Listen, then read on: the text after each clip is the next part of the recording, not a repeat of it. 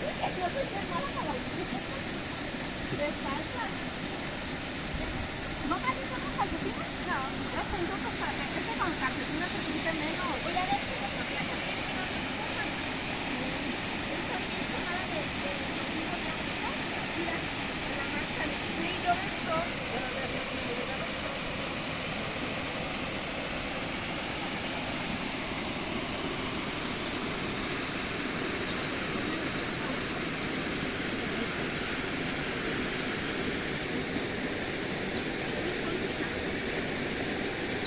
Mira, Marcos, se me olvidó traerme una. ¿Te acuerdas cuando fui al mar que compramos uno?